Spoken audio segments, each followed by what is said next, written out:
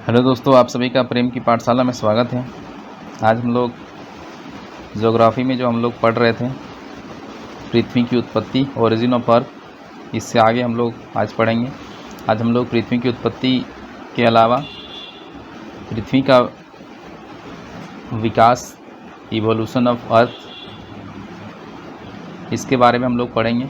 और अगर आपने ये वीडियो नहीं देखा पहले का तो आप डिस्क्रिप्शन में लिंक मिलेगा, आप ज़रूर देख लें। तो बिना किसी तरीके शुरू करते हैं। यहाँ पे जैसा कि आप देख सकते हैं जेपीएससी का जो सिलेबस है पेपर 3 का, उसमें 2 पार्ट होता है, एक हिस्ट्री का होता है, एक ज्योग्राफी का होता है। तो पार्ट बी में ज्योग्राफी, इसमें 100 नंबर का पूछा जाता है, जिसमें हम लोग ने शुरू किया था origin and evolution of earth, जिसमें हम लोग ओरिजिन ऑफ अर्थ पढ़ लिए थे। आज हम लोग इवोल्यूशन ऑफ अर्थ यानी पृथ्वी का विकास कैसे हुआ, इसके बारे में हम लोग पढ़ेंगे। तो बिना किसी देरी के शुरू करते हैं।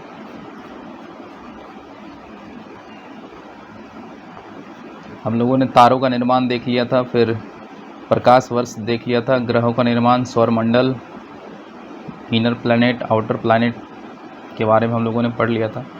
आज हम लोग देखेंगे सबसे पहले चंद्रमा की उत्पत्ति कैसे हुई, जहाँ पे आज हमारा चंद्रयान 3 जो लॉन्च लैंड किया था, विक्रम लैंडर और रोवर। तो ये चांद कब बना, कैसे बना, इसके बारे में हम लोग जानेंगे। तो चंद्रमा की उत्पत्ति के बारे में लेकर 2 सिद्धांत मौजूद हैं, जिसमें जो पहला सिद्धांत है वो सर जॉर्ज डार्विन ने दिया था। आप सभी को पता होगा चंद्रमा जो है पृथ्वी का एक अकेला प्राकृतिक उपग्रह है। तो जो पहला मत है चंद्रमा की उत्पत्ति के संबंध में वह है सर जॉर्ज डार्विन का। इनका क्या कहना था कि पृथ्वी और चंद्रमा पहले एक ही थे, ठीक है। और ये क्या हुआ, ये घूम रहा था, बहुत तेज़ी से घूम रहा था, और तेज़ी से घूमते घूमते फिर क्या हुआ, पृथ्वी से चंद्रमा का, पृथ्वी का जो साइज़ है वो एक डंबल की तरह हो गया, ठीक है। डंबल आपने देखा होगा जिम में, जो बीच में पतला होता है और किनारे में मोटा होता है। तो ये डंबल के शेप में ट्रांसफॉर्म हो गया। फिर क्या हुआ, ये जो पार्ट है ये क्या हुआ, फिर टूट गया, यहाँ से इसे टूट गया, और टूटने के बाद ये अलग हो गया पृथ्वी से। पृथ्वी अलग से यहाँ रह गया, और ये यहाँ पे इसके चंद्रमा, और इसकी कक्षा में क्या हुआ, ये रोटेट करने लगा, पृथ्वी के पास चारों तरफ ये घूमने लगा।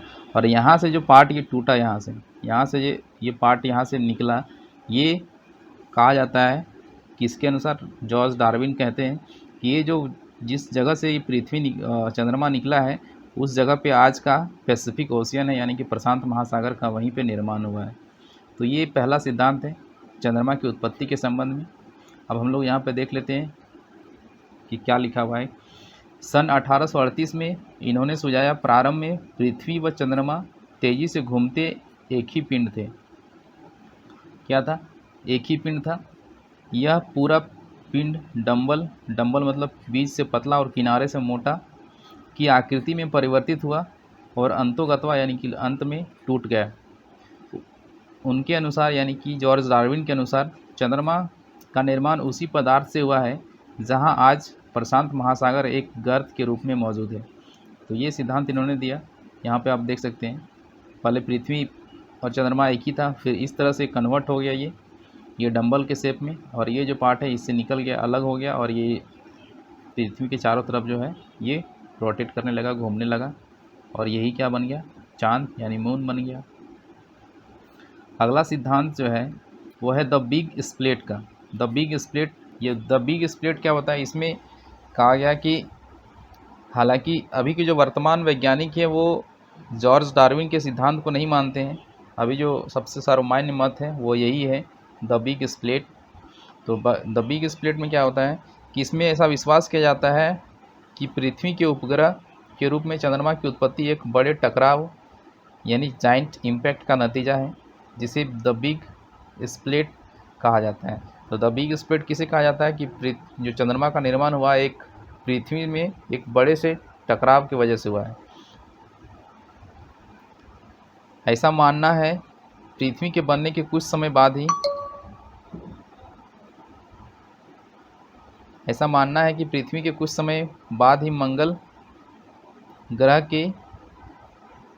ग्रह से 1 से 3 गुना बड़े आकार का पिंड पृथ्वी से टकराया। क्या वह पृथ्वी से टकराया? कितना बड़ा आकार का पिंड? मंगल ग्रह से भी बड़ा। इस टकराव से पृथ्वी का एक हिस्सा टूटकर अंतरिक्ष में बिखर गया। टकराव से अलग हुआ यह पदार्थ फिर पृथ्वी के कक्षा में घूमने लगा और क्रमशः आज का चंद्रमा बना। और यह जो घटना है वो लगभग 4.4 अरब वर्ष पहले हुआ। यहाँ पे आप देख सकते हैं पृथ्वी क्या हुआ। ये पृथ्वी है, ये अर्थ है। अर्थ में क्या हुआ, एक पिंड टकराया इससे, और टकराने के बाद क्या हुआ, इसका पृथ्वी का बहुत सारा जो पार्ट है वो टूट के बिखर गया, अंतरिक्ष में बिखर गया। ये जो आप देख रहे हैं ये बिखर गया, और बिखरने के बाद यही पार्ट जो है सब एक जगह पे जमा हो गया। जमा होने के बाद फिर क्या हुआ, पृथ्वी के चारों तरफ चक्कर लगाने लगा। जैसे आप इसमें अगर समझना चाहें तो यहाँ पे आप समझ सकते हैं। सबसे पहले देखिए ये पृथ्वी में एक पिंड आया, ये पिंड आया यहाँ पे, ये टकराया यहाँ पे। टकराने के बाद क्या हुआ, ये पृथ्वी का कुछ पार्ट जो है टूट के बिखर गया अंतरिक्ष में, और बिखरने के बाद ये देखिए ये बिखराव हो गया, और यही पदार्थ जो है ये जमा होकर एक पिंड के रूप में बन गया, और यही पिंड फिर बाद में चलकर क्या बन गया, चंद्रमा बन गया, मून बन गया। तो इस तरह से आप इसको समझ सकते हैं। अब हम लोग पृथ्वी के उद्भव के बारे में देखेंगे। पृथ्वी का उद्भव, प्रारंभ में पृथ्वी कैसा था, चट्टानी था, गर्म था और वीरान था, जिसका वायुमंडल वीरन था जो हाइड्रोजन और हीलियम से बना हुआ था। यानी पृथ्वी शुरुआत में कैसा था, चट्टानी था, गर्म था और वीरान ग्रह के रूप में था, और इसका वायुमंडल कैसा था, विरल था। और इस वायुमंडल में क्या क्या मौजूद था, हाइड्रोजन और हीलियम मौजूद था। यह आज पृथ्वी के वायुमंडल से बहुत अलग था। जो आज हम वायुमंडल देख रहे हैं पृथ्वी का, ऐसा नहीं था, और जैसा आज जीवन संभव है यहाँ पे, शुरुआत में ऐसा नहीं था। अतः कुछ ऐसी घटनाएं एवं क्रियाएं अवश्य हुई होंगी जिनके कारण चट्टानी, वीरान और गर्म पृथ्वी एक सुंदर ग्रह के रूप में परिवर्तित हुई, जहाँ बहुत सा पानी तथा जीवन के लिए अनुकूल वातावरण उपलब्ध हुआ। यानी जैसा पृथ्वी हम आज देख रहे हैं ऐसा शुरुआत में नहीं था। ऐसा था, वीरान था, गर्म था, चट्टानी युक्त था, और इसका वायुमंडल काफ़ी विरल था, और इस वायुमंडल में क्या थे, हीलियम थे, हाइड्रोजन थे। पृथ्वी की संरचना परतदार है, यानी कि लेयर वाइज पृथ्वी का संरचना है। जैसे आप देखते होंगे कि क्रस्ट, भूपर पट्टी, फिर क्रोड, सबसे निचला भाग में क्रोड पाया जाता है, फिर मेंटल पाया जाता है। तो इस तरह से क्या है, पृथ्वी का जो संरचना है वो परतदार है। वायुमंडल के बाहरी छोर से पृथ्वी के क्रोड तक जो पदार्थ है वो एक समान नहीं। ये कहना ये चाह रहा है कि अगर यहाँ पे पृथ्वी है तो पृथ्वी और इसका ये वायुमंडल है, तो वायुमंडल से अगर जैसे हम नीचे जाते हैं यानी पृथ्वी पे जाते हैं, तो हर जगह पे क्या है, कुछ ना कुछ परिवर्तन आपको दिखेगा, एक समान नहीं है। पृथ्वी का क्रोड कहाँ पे है, सबसे अंदर में है। तो जैसे आप जाएंगे कहीं भी तो हर लेयर का जो पदार्थ है वो अलग अलग है, हर लेयर में अलग अलग पदार्थ है, एक समान नहीं है, एक जैसा नहीं है। वायुमंडलीय पदार्थ का घनत्व सबसे कम है। वायुमंडल का घनत्व क्या है, सबसे कम है। पृथ्वी की सतह से इसके भीतरी भाग तक अनेक मंडल है, यानी कि जैसे आप जाएंगे पृथ्वी के लेयर वाइज हम लोग देखेंगे, अगले वीडियो में देखेंगे जहाँ पे हम लोग पढ़ेंगे इंटीरियर ऑफ अर्थ, यानी कि पृथ्वी की आंतरिक संरचना जब पढ़ेंगे तो उसमें हम लोग देखेंगे कि पृथ्वी के जो भीतरी सतह है उसमें कितने लेयर में बटा हुआ है, उसमें कौन कौन सा मेटल पाया जाता है। तो वही यहाँ पे कह रहा है कि इसके भीतरी भाग का अनेक मंडल है, और हर एक भाग के पदार्थ की अलग अलग विशेषताएं हैं, और हर पदार्थ का जो है विशेषताएं अलग अलग हैं। अब सबसे पहले हम लोग जानेंगे स्थल मंडल का विकास कैसे हुआ। स्थल मंडल मतलब जहाँ पे हम लोग रहते हैं। ग्रहाणु मतलब प्लैनेट्स, जो छोटे छोटे प्लैनेट्स होते हैं उसको ग्रहाणु कहते हैं। ग्रहाणु व दूसरे खगोलीय पिंड ज़्यादातर एक जैसे ही घने और हल्के पदार्थों के मिश्रण से बने हैं। यानी जो खगोलीय पिंड है और जो प्लैनेट्स हैं वो किससे बने हैं, घने और हल्के पदार्थों के मिश्रण से बने हैं। उल्काओं के अध्ययन से हमें पता चलता है, बहुत से ग्रहाणुओं के इकट्ठा होने से ग्रह बने। ग्रहों का निर्माण कैसे हुआ? छोटे छोटे जो ग्रहाणु हैं उनके इकट्ठा होने से क्या हुआ? ग्रह का निर्माण हुआ है। पृथ्वी की संरचना भी इसी प्रक्रम के अनुरूप हुई, यानी पृथ्वी भी इसी तरह से बनी। पहले छोटे छोटे प्लैनेट्स थे, पर फिर वो प्लैनेट्स क्या हुआ? इकट्ठा हो गए। इकट्ठा होने के बाद फिर पृथ्वी का निर्माण हुआ। जब जब पदार्थ गुरुत्व बल के कारण सन्नत मतलब होता है ठोस होता है, यानी कि जब पदार्थ क्या हुआ? गुरुत्व बल के कारण ठोस हो रहा था, तो उन इकट्ठा होते पिंडों ने पदार्थ को प्रभावित किया। इससे अत्यधिक ऊष्मा उत्पन्न हुई, यानी कि जब वो पिंड इकट्ठा हो रहे थे, ठोस हो रहे थे, तो उससे क्या हुआ? अत्यधिक ऊष्मा उत्पन्न हुई। यह क्रिया जारी रही और उत्पन्न ऊष्मा से पदार्थ पिघलने लगा। जब वो पिंड जो है एक दूसरे के जुड़ के जब ठोस बनने लगे, तो ठोस बनने से क्या हुआ? हीट डेवलप हुआ, यानी कि ऊष्मा उत्पन्न हुई। और उस ऊष्मा उत्पन्न होने से क्या हुआ? जो पदार्थ है वो पिघलने लगा। और ऐसा पृथ्वी की उत्पत्ति के दौरान और उत्पत्ति के तुरंत बाद हुआ, यानी कि जब पृथ्वी का उत्पत्ति हुआ उस समय भी हुआ और उसके तुरंत बाद। अब अत्यधिक ताप के कारण पृथ्वी आंशिक रूप से द्रव अवस्था में रह गई, यानी पृथ्वी क्या हुआ? जब पहले क्या हुआ? छोटे छोटे प्लैनेट्स थे, ये जुड़ गए, जुड़ जाने के बाद पृथ्वी का निर्माण हुआ। और फिर जब ये जुड़ रहे थे तो उसकी वजह से क्या हुआ? ऊष्मा उत्पन्न हुआ। ऊष्मा उत्पन्न होने से क्या हुआ? टेम्परेचर यानी तापमान बढ़ गया। तापमान बढ़ने के से क्या हुआ? ये पिघल गया और पृथ्वी जो है, पृथ्वी भी द्रव अवस्था में पहुंच गया। अब द्रव अवस्था पहुंचने के बाद क्या हुआ? फिर तापमान की अधिकता के कारण ही हल्के और भारी घनत्व के मिश्रण वाले पदार्थ घनत्व के अंदर के कारण घनत्व के अंतर, यानी कि जो डेंसिटी में जो डिफरेंस था, अलग अलग पदार्थ थे जो हल्के और भारी घनत्व के जो मिश्रण थे पदार्थों के, उसके कारण क्या हुआ? वो अलग हो गए। यानी कि कहने का मतलब है, जब द्रव अवस्था में पहुंच गया, द्रव अवस्था में पहुंचने के बाद जो जिसका डेंसिटी यानी घनत्व ज़्यादा था वो अलग हो गए, एक साथ हो गए, और जिसका घनत्व कम था वो एक साथ हो गए। तो दोनों क्या होगा? ज़्यादा घनत्व और कम घनत्व वाले दोनों एक दूसरे से अलग हो गए। और इस अलगाव से क्या हुआ? जो भारी पदार्थ था जैसे कि लोहा, वो क्या हो गया? पृथ्वी के केंद्र में चला गया। और जो हल्के पदार्थ थे वो पृथ्वी की सतह या ऊपरी भाग की तरफ आ गए। यानी ये जब गल गया इसमें, तो ये जब द्रव अवस्था में पहुंच गया तो हल्के जो धातु थे, हल्के पदार्थ थे वो ऊपर आ गए, और जो भारी थे वो नीचे आ गए। जैसे मान लेते ये एक कोई बर्तन है, जो भारी रहेगा वो क्या हो गया? नीचे आ गया। तो पृथ्वी के नीचे कौन चला गया? लोहा। जो भारी पदार्थ था जैसे लोहा, वो क्या हो गया? पृथ्वी के केंद्र में चला गया। और जो हल्का था वो सतह में आ गया। फिर क्या हुआ? समय के साथ यह ठंडा हुआ, और ठंडा होने के बाद फिर क्या हुआ? ठोस के रूप में परिवर्तित हो गया।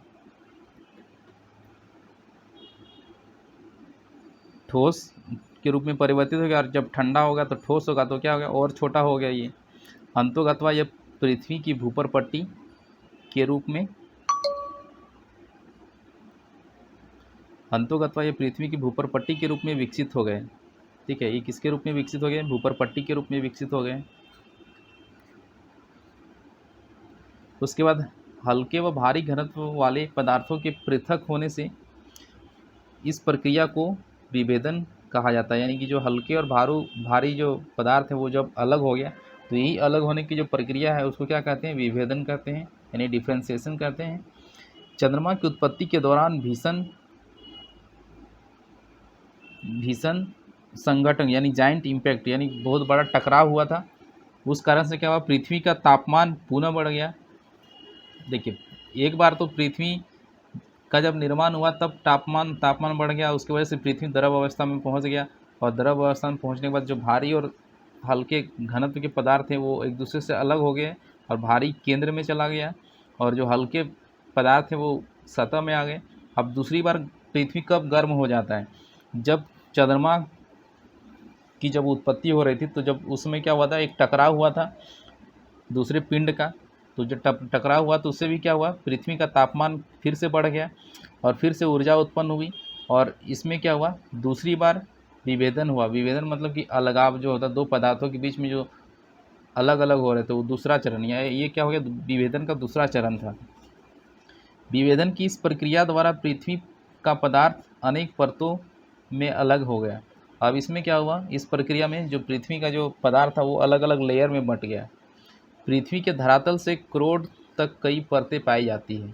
इस परत को हम लोग आगे पढ़ेंगे, जैसे कि भूपर पट्टी है, फिर प्रवार है यानी कि मेंटल है, फिर बाह्य क्रोड है आउटर कोर, फिर आंतरिक क्रोड यानी कि इनर क्रोड कोर, फिर यह पृथ्वी के ऊपरी भाग से आंतरिक भाग तक पदार्थ का घनत्व बढ़ता है। यानी कि अगर हम ये अगर पृथ्वी है तो पृथ्वी से अगर हम बाह्य भाग है यानी सरफेस है, उससे अगर हम अंदर जाते हैं तो क्या होगा, जो पदार्थ का घनत्व है वो क्या होगा, बढ़ेगा, डेंसिटी जो है वो बढ़ेगा।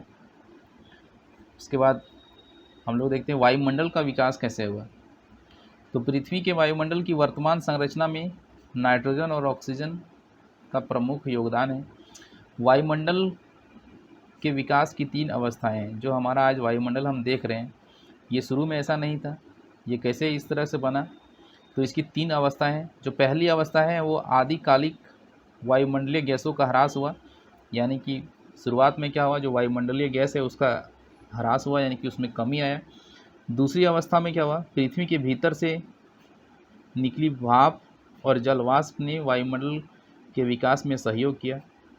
दूसरी अवस्था में क्या हुआ, पृथ्वी के अंदर से बहुत सारे जलवाष्प और जो भाप है वो निकला, उससे वायुमंडल के विकास में सहयोग मिला।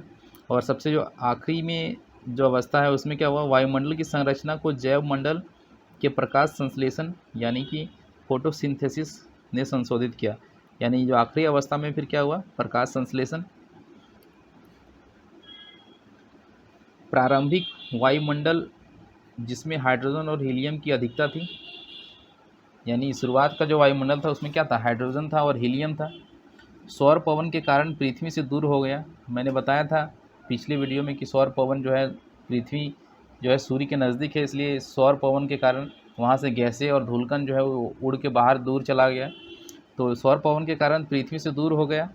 ऐसा केवल पृथ्वी पर ही नहीं, वरन सभी पार्थिव ग्रहों यानी कि बुध हो गया, शुक्र हो गया, पृथ्वी हो गया, मंगल, ये सभी ग्रहों पर ये असर पड़ा था सौर पवन का। अर्थात सभी पार्थिव ग्रहों से सौर पवन के प्रभाव के कारण आदिकालिक वायुमंडल में क्या क्या थे, हाइड्रोजन और हीलियम, या तो दूर धकेल दिया गया या फिर समाप्त हो गया। किसको दूर धकेल दिया, हाइड्रोजन और हीलियम को, या तो दूर हो गए या फिर समाप्त हो गए। यह वायुमंडल के विकास की पहली अवस्था थी। तो इस अवस्था में क्या हुआ, जो हाइड्रोजन हीलियम थे वो या तो सौर पवन की वजह से दूर हो गए या फिर वो समाप्त हो गए।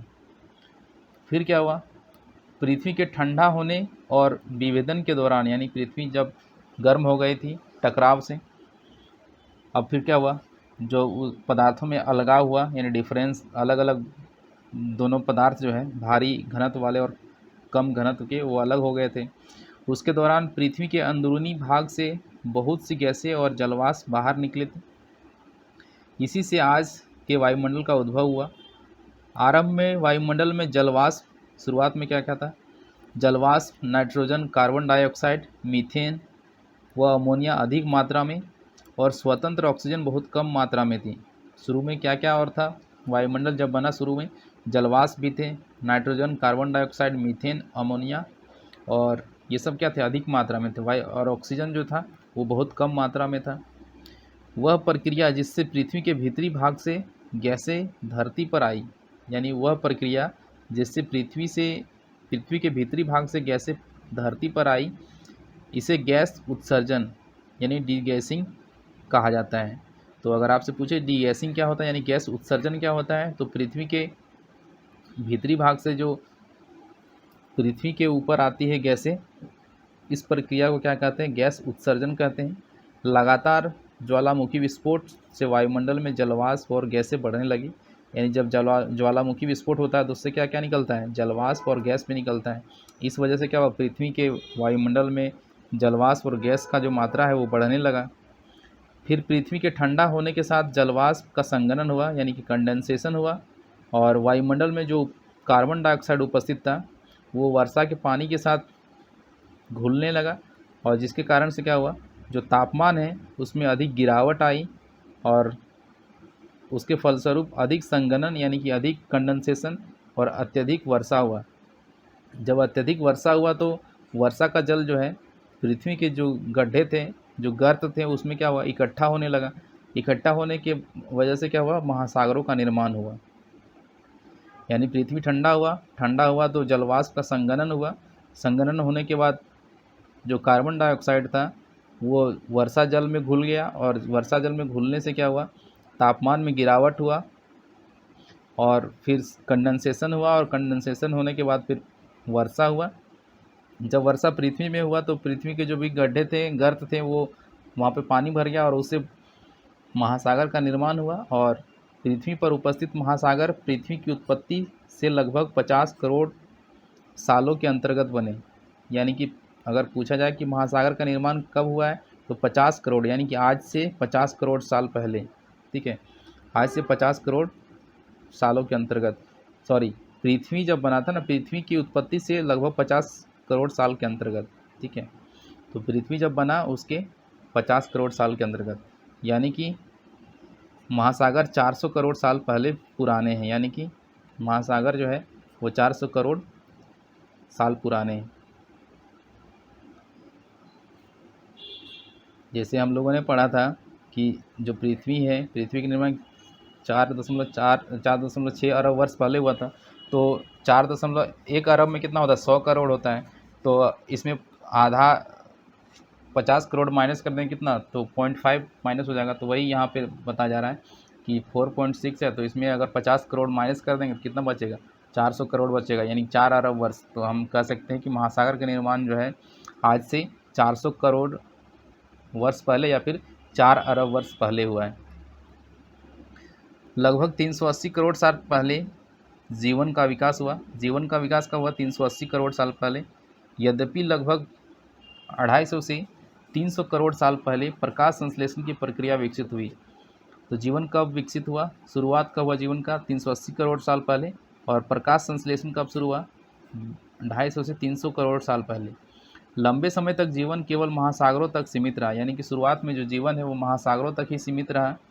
प्रकाश संश्लेषण की प्रक्रिया द्वारा ऑक्सीजन में बढ़ोतरी हुई, यानी कि प्रकाश संश्लेषण जब होता है तो ऑक्सीजन विमुक्त होता है, तो उससे क्या, महासागरों की देन है। प्रकाश संश्लेषण सबसे पहले महासागरों में हुआ।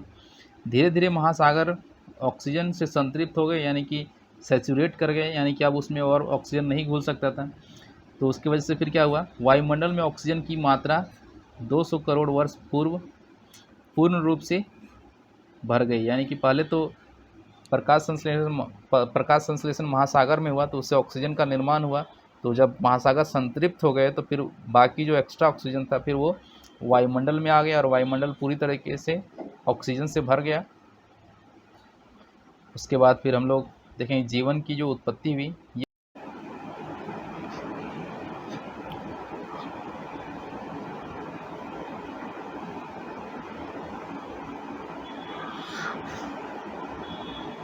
तो हम लोग अब आगे हम लोग पृथ्वी का उद्भव देखेंगे कि पृथ्वी का उद्भव कैसे हुआ। ये शायद हम लोगों ने देख लिया था, पृथ्वी का उद्भव देख लिया। उसके बाद स्थलमंडल का विकास देख लिया। अब हम लोग वायुमंडल का विकास को भी हम लोगों ने देख लिया। उसके बाद अब हम लोग देखेंगे जीवन की उत्पत्ति कैसे हुई इस पृथ्वी पर। पृथ्वी की उत्पत्ति का अंतिम चरण जीवन की उत्पत्ति व विकास से संबंधित है। यानी कि पृथ्वी का जो उत्पत्ति का जो अंतिम चरण है वो क्या है, जीवन की उत्पत्ति और विकास से संबंधित है। निसंदेह पृथ्वी का आरंभिक वायुमंडल जीवन के विकास के लिए अनुकूल नहीं था। यानी जब शुरुआत में जब पृथ्वी का वायुमंडल बना तो उस समय जीवन संभव नहीं था। आधुनिक वैज्ञानिक जीवन की उत्पत्ति को एक तरह की रासायनिक प्रतिक्रिया बताते हैं, जिससे पहले जटिल जैव कार्बनिक अणु यानी कॉम्प्लेक्स ऑर्गेनिक मॉलिक्यूल बने। यानी सबसे पहले पृथ्वी में क्या बना, जो जीवन की उत्पत्ति के संबंध में सबसे पहले जटिल जैव अणु यानी कि कॉम्प्लेक्स ऑर्गेनिक मॉलिक्यूल का निर्माण हुआ, उसका समूहन हुआ। यह समूहन ऐसा था जो अपने आप को दोहराता था। समूहन हुआ, उसके बाद वो कैसा था, अपने आप को, देखिए समूहन होने का मतलब क्या हुआ, अपने आप को दोहराने का मतलब क्या हुआ कि वो अपने आप वो बनता था। ठीक है, जैसे कि यहाँ पे जैसे लिखा हुआ है पुनः बनने में सक्षम था, यानी कि अपने आप फिर से वो अपने आप को उत्पन्न कर सकता था। और निर्जीव पदार्थ को जीवित तत्व में परिवर्तित कर सका, यानी कि जो निर्जीव पदार्थ है उसको भी जीवित तत्व में परिवर्तित कर सका। मतलब निर्जीव को भी वो सजीव में परिवर्तित कर सकने का उसमें क्षमता था। उसके बाद आगे हम लोग देखें, अगर हमारे ग्रह पर जीवन के चिन्ह अलग अलग समय की चट्टानों में पाए जाने वाले जीवाश्म के रूप में है, यानी कि जो जीवन की उत्पत्ति हुई तो उसके बारे में पता कैसे चलता है, जो अलग अलग समय का जो चट्टान है उसमें जीवाश्म जो उपलब्ध होता है उस जीवाश्म से पता चलता है कि कब कब ये जीवन की उत्पत्ति हुई, कब ये जीव इस पृथ्वी में रहा था, कब नहीं रहा था। 300 करोड़ साल पुरानी भूगर्भिक सेलों में पाई जाने वाली सूक्ष्मदर्शी संरचना आज की शैवाल यानी ब्लू ग्रीन एल्गी की संरचना से मिलती जुलती है। यानी 300 करोड़ साल पहले जो भूगर्भिक सेल था उसमें जो सूक्ष्म जीव पाया जाता था उसकी संरचना आज के जो ब्लू ग्रीन एल्गी है उससे मिलता जुलता है। यह कल्पना की जा सकती है कि इससे पहले समय में साधारण संरचना वाली शैवाल रही होगी, यानी कि इससे पहले क्या ऐसा कल्पना किया जाता है, ऐसा माना जाता है कि इससे पहले, यानी किससे पहले, जो जीवन यहाँ पे जीवन की जब उत्पत्ति हुई, यानी कि जो सूक्ष्म कॉम्प्लेक्स जीव बने उससे पहले साधारण संरचना वाली शैवाल रही होगी। यह माना जाता है कि जीवन का विकास लगभग 380 करोड़ वर्ष पहले आरंभ हुआ। 380 करोड़ वर्ष पहले एक कोशिकीय जीवाणु से आज मनुष्य तक जीवन के विकास का सार भूवैज्ञानिक काल मापक्रम से प्राप्त किया जा सकता है। यानी कि जो जीवन का विकास हुआ, सबसे पहले एक छोटा सा जीव बना एक शैवाल के रूप में, फिर उसके बाद एक जो शुरुआत में जो बना एक कोशिकीय जीव, और फिर आज चल के मनुष्य का जीवन का विकास हुआ। और इसको हम लोग पता कैसे कर सकते हैं, भूवैज्ञानिक काल मापक्रम से। तो चले हम लोग देखते हैं कि ये भूवैज्ञानिक काल मापक्रम क्या है, कैसे इसे हम लोग देख सकते हैं। तो यहाँ पे जैसे देख सकते हैं ये है भूवैज्ञानिक काल मापक्रम। तो यहाँ पे सबसे पहले अगर आप यहाँ पे गौर करेंगे तो सबसे पहले ये होता है सबसे छोटा जो यूनिट होता है समय का वो होता है युग, और कई युगों को मिलने से बनता है क्या, कल्प बनता है। कल्प को इंग्लिश में क्या कहते हैं, पीरियड कहते हैं, युग को इपोक कहते हैं। फिर कल्पों के बनने से क्या बनता है, महाकल्प यानी एरा, और महाकल्प के बनने से क्या बनता है, ईयान बोले या ईयोन बोले। तो देखिए सबसे पहले जो घटना घटी इस सृष्टि में, इस ब्रह्मांड में, तो वो था क्या था, बिग बैंग की घटना। और ये किस समय में हुई थी, ईयोन में हुई, ईयान जिसको ईयोन कहते हैं, ईयोन में हुआ। सबसे पहले बिग बैंग की घटना हुई, कब हुआ, 13.7 अरब वर्ष पहले। यहाँ पे अरब हो जाएगा, अरब वर्ष पहले, 13.7 अरब वर्ष पहले।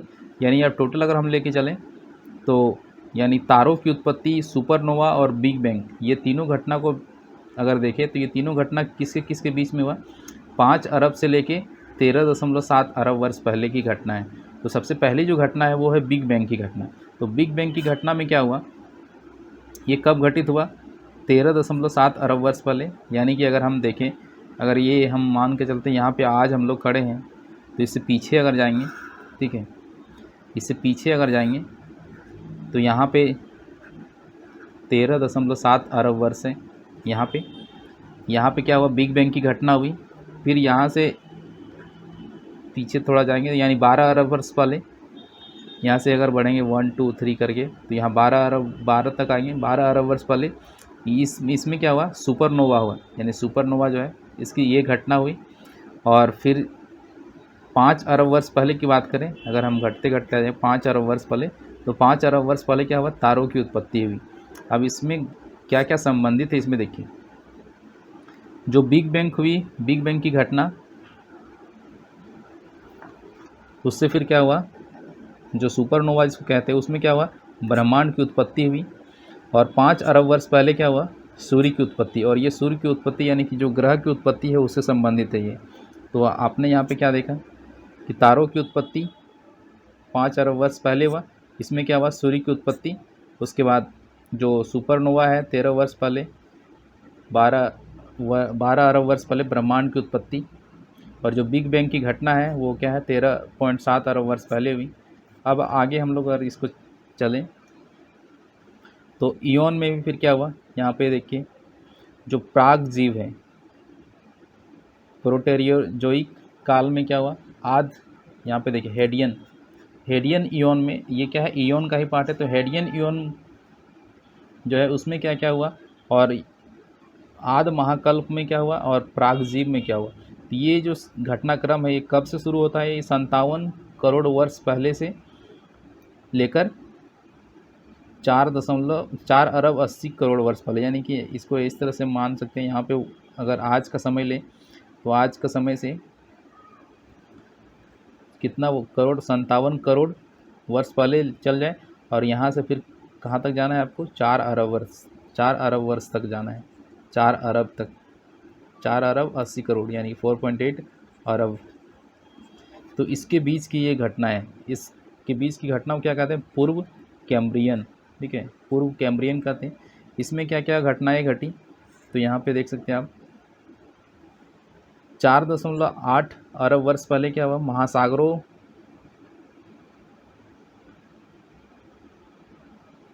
यहाँ पे देखिए, यहाँ से 3.8 अरब से लेके 4.8 के बीच क्या क्या घटना हुआ, महाद्वीप और महासागरों का निर्माण हुआ, महाद्वीप और महासागरों का निर्माण हुआ, और महासागरों व वायुमंडल में कार्बन डाइऑक्साइड की अधिकता हो गई। फिर उसके बाद 2.5 अरब वर्ष से लेके 3.8 अरब वर्ष पहले क्या हुआ, जो ब्लू ग्रीन शैवाल है यानी एक कोशिकीय जीव, इसका निर्माण हुआ। उसके बाद 57 करोड़ से लेके 2 यानी 2.5 अरब करोड़ वर्ष पहले, यानी 2.5 अरब वर्ष पहले, यानी कि बोल सकते 2 अरब 50 करोड़ वर्ष पहले कई जोड़ी वाले जीवों का निर्माण हुआ। सबसे पहले एक जोड़ी, अगर आपसे पूछा जाए कि महासागरों का निर्माण कब हुआ, तो आप कह सकते हैं 3.8 से लेके 4.8, यानी सीधा सीधा आप जो अंतिम समय है उसको आप ले सकते हैं 4.8 अरब वर्ष। उसके बाद अगर पूछा जाए एक कोशिकीय जीव का निर्माण कब हुआ, यानी ब्लू ग्रीन शैवाल, तो इसका निर्माण क्या हुआ, 2.5 से लेके 3.8 अरब वर्ष पहले। उसके बाद जो कई जोड़ा, एक से अधिक जोड़ा वाले जीव का निर्माण कब हुआ, तो 57 करोड़ से लेकर 2.5 करोड़ वर्ष पहले, 2.5 अरब वर्ष पहले। अब हम लोग आगे चलते हैं, यहाँ पे देखिए, अब महाकल्प की बात करते हैं। तो महाकल्प में यहाँ पे देखिए,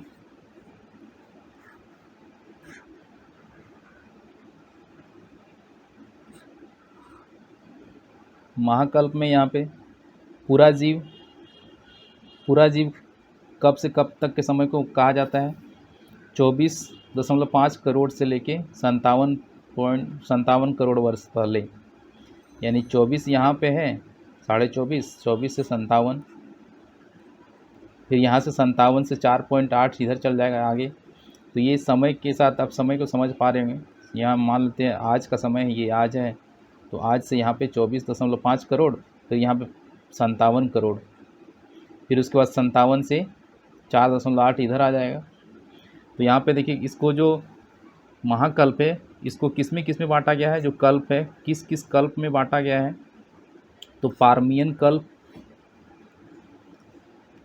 कल्प, कार्बोनिफेरस कल्प, डेवोनियन, उसके बाद सिलेरियन, ऑर्डोविशियन और कैम्ब्रियन। तो यहाँ पे देखिए जो कैम्ब्रियन काल है ये कब से कब तक है, 50.5 से लेके 57 करोड़ वर्ष पहले। इसमें क्या हुआ, स्थल पर कोई जीव नहीं, और बिना जल में क्या हुआ, स्थल में, यानी कि 57 करोड़ वर्ष पहले क्या था, स्थल में कोई जीव नहीं था, जल में क्या था, बिना रीढ़ की हड्डी वाले जीव थे।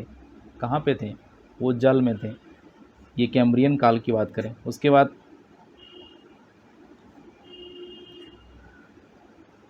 बाद क्या है? ऑर्डोविशियन काल में यानी 43.8 से लेकर 50 करोड़ वर्ष पहले पहली मछली का निर्माण हुआ, 50.5 करोड़ वर्ष पहले। उसके बाद देखिए स्थल पर जीवन के प्रथम चिन्ह यानी पौधे के रूप में मिला। ये कब किस काल में हुआ? सिलेरियन काल में। और ये समय क्या है इसका? 40.8 करोड़ से लेके 43.8 करोड़ वर्ष पहले। तो आपको कुछ कुछ इम्पोर्टेंट याद रखना है कि सबसे पहले स्थल में कौन सा जीव मिला, तो पौधा मिला। पहली मछली कब मिली थी तो या बनी थी? तो 43.8 से लेके 50.5 करोड़ वर्ष पहले। उसके बाद स्थल व जल पर रहने वाले जीव कब मिलने लगे? तो 40.8 करोड़ वर्ष पहले मिलने लगे। उसके बाद देखिए यहाँ पहला रेंगने वाले जंतु रीढ़ की हड्डी वाले पहले जीव, यानी देखिए यहाँ पे जो पहले मिला था 57 करोड़ वर्ष पहले, वो बिना रीढ़ की हड्डी वाले जीव थे, वो भी जल में थे। लेकिन अब स्थल में भी रेंगने वाले हड्डी वाले जीव मिलने लगे। कब? 28.6 से लेकर 36 करोड़ वर्ष के बीच में। उसके बाद देखिए जो रेंगने वाले जीव है उसकी अधिकता हो गई जल स्थल चर। तो ये किस युग में हुआ? ये पर्मियन युग, पर्मियन कल्प में हुआ। पर्मियन कल्प में इसका टाइम पीरियड क्या है? 24.5 से लेके 28.8। उसके बाद यहाँ पे देखिए जो मीसोजोइक है, मीसोजोइक एरा है, यानी मीसोजोइक यानी मध्यजीवी कह सकते हैं। मध्यजीवी में 3 पार्ट में इसको बांटा गया है, यानी कि मध्यजीवी जो है ये हो गया क्रिटेशियस कल्प हो गया, जुरासिक कल्प और ट्रियासिक कल्प। तो इसमें देखिए कब कब क्या क्या हुआ। जो डायनासोर है, तो अगर आपसे पूछा जाए डायनासोर का युग कब था, देखिए समुद्री मेंढक और समुद्री कछुआ का समय कब था? ट्रियासिक युग था। ट्रियासिक, यहाँ पे ट्रियासिक ये क्या है? कल्प है। तो मेंढक और समुद्री कछुआ ये क्या है? ट्रियासिक कल्प का समय में है। और इसका टाइम पीरियड क्या है? 20 से लेके 24 करोड़ वर्ष पहले। देखिए डायनासोर का युग कब था? जोरासिक कल्प में था। जोरासिक कल्प में इसलिए जोरासिक पार्क ऑफ मूवी जो बना था उसी से बना था। तो जोरासिक कल्प में डायनासोर का युग था ये। इसका समय क्या था? 14.4 से लेके 20.8 करोड़ वर्ष पहले। और जो क्रिटेशियस कल्प था इस समय क्या हुआ? डायनासोर जो है विलुप्त हो गया, यानी कि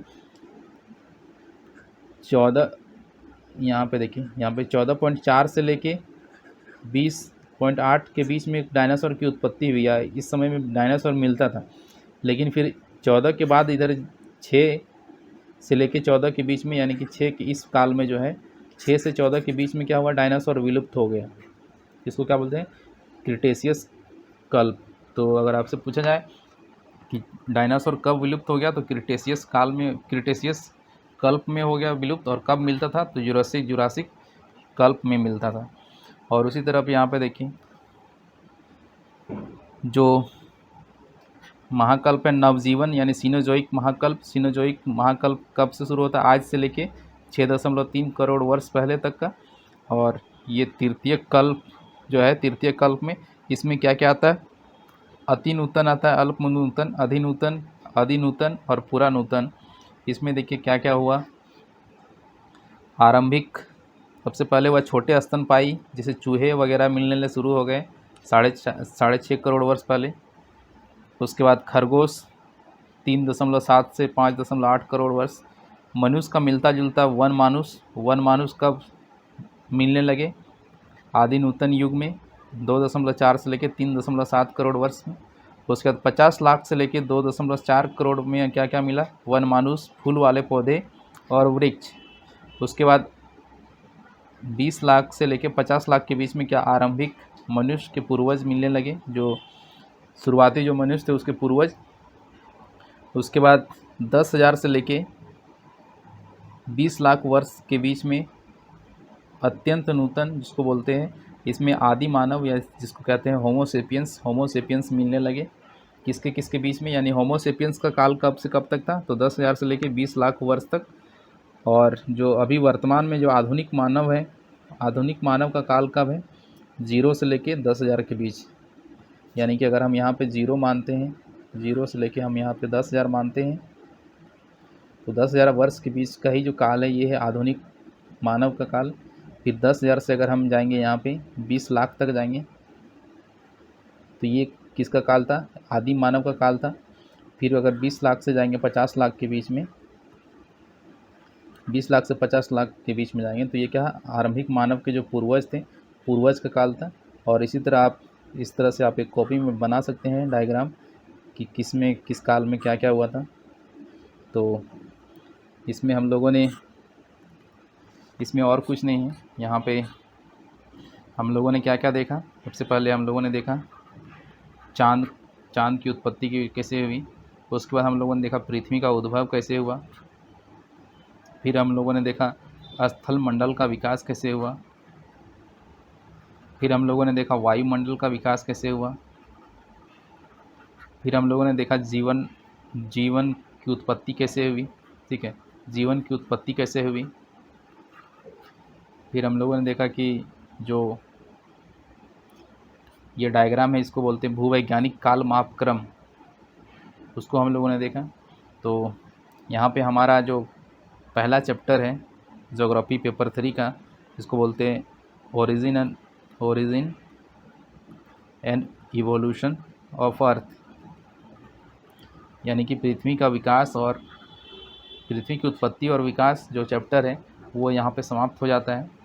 अगले चैप्टर में हम लोग, अगले क्लास में हम लोग देखेंगे पृथ्वी की आंतरिक संरचना के बारे में पढ़ेंगे कि जो पृथ्वी है उसको अलग अलग लेयर में बांटा गया है, ऊपर पट्टी, मेंटल, कोर।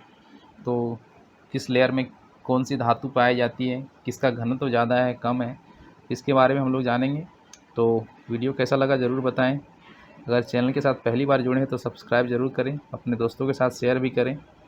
मिलते हैं एक नई, और इसकी भी अगर PDF चाहिए तो डिस्क्रिप्शन में लिंक दिया गया है, वहाँ से आप टेलीग्राम ज्वाइन कर सकते हैं, वहाँ पे आपको इसकी PDF मिल जाएगी। और चलिए मिलते हैं एक नई वीडियो में, तब तक के लिए धन्यवाद। Take care, bye bye.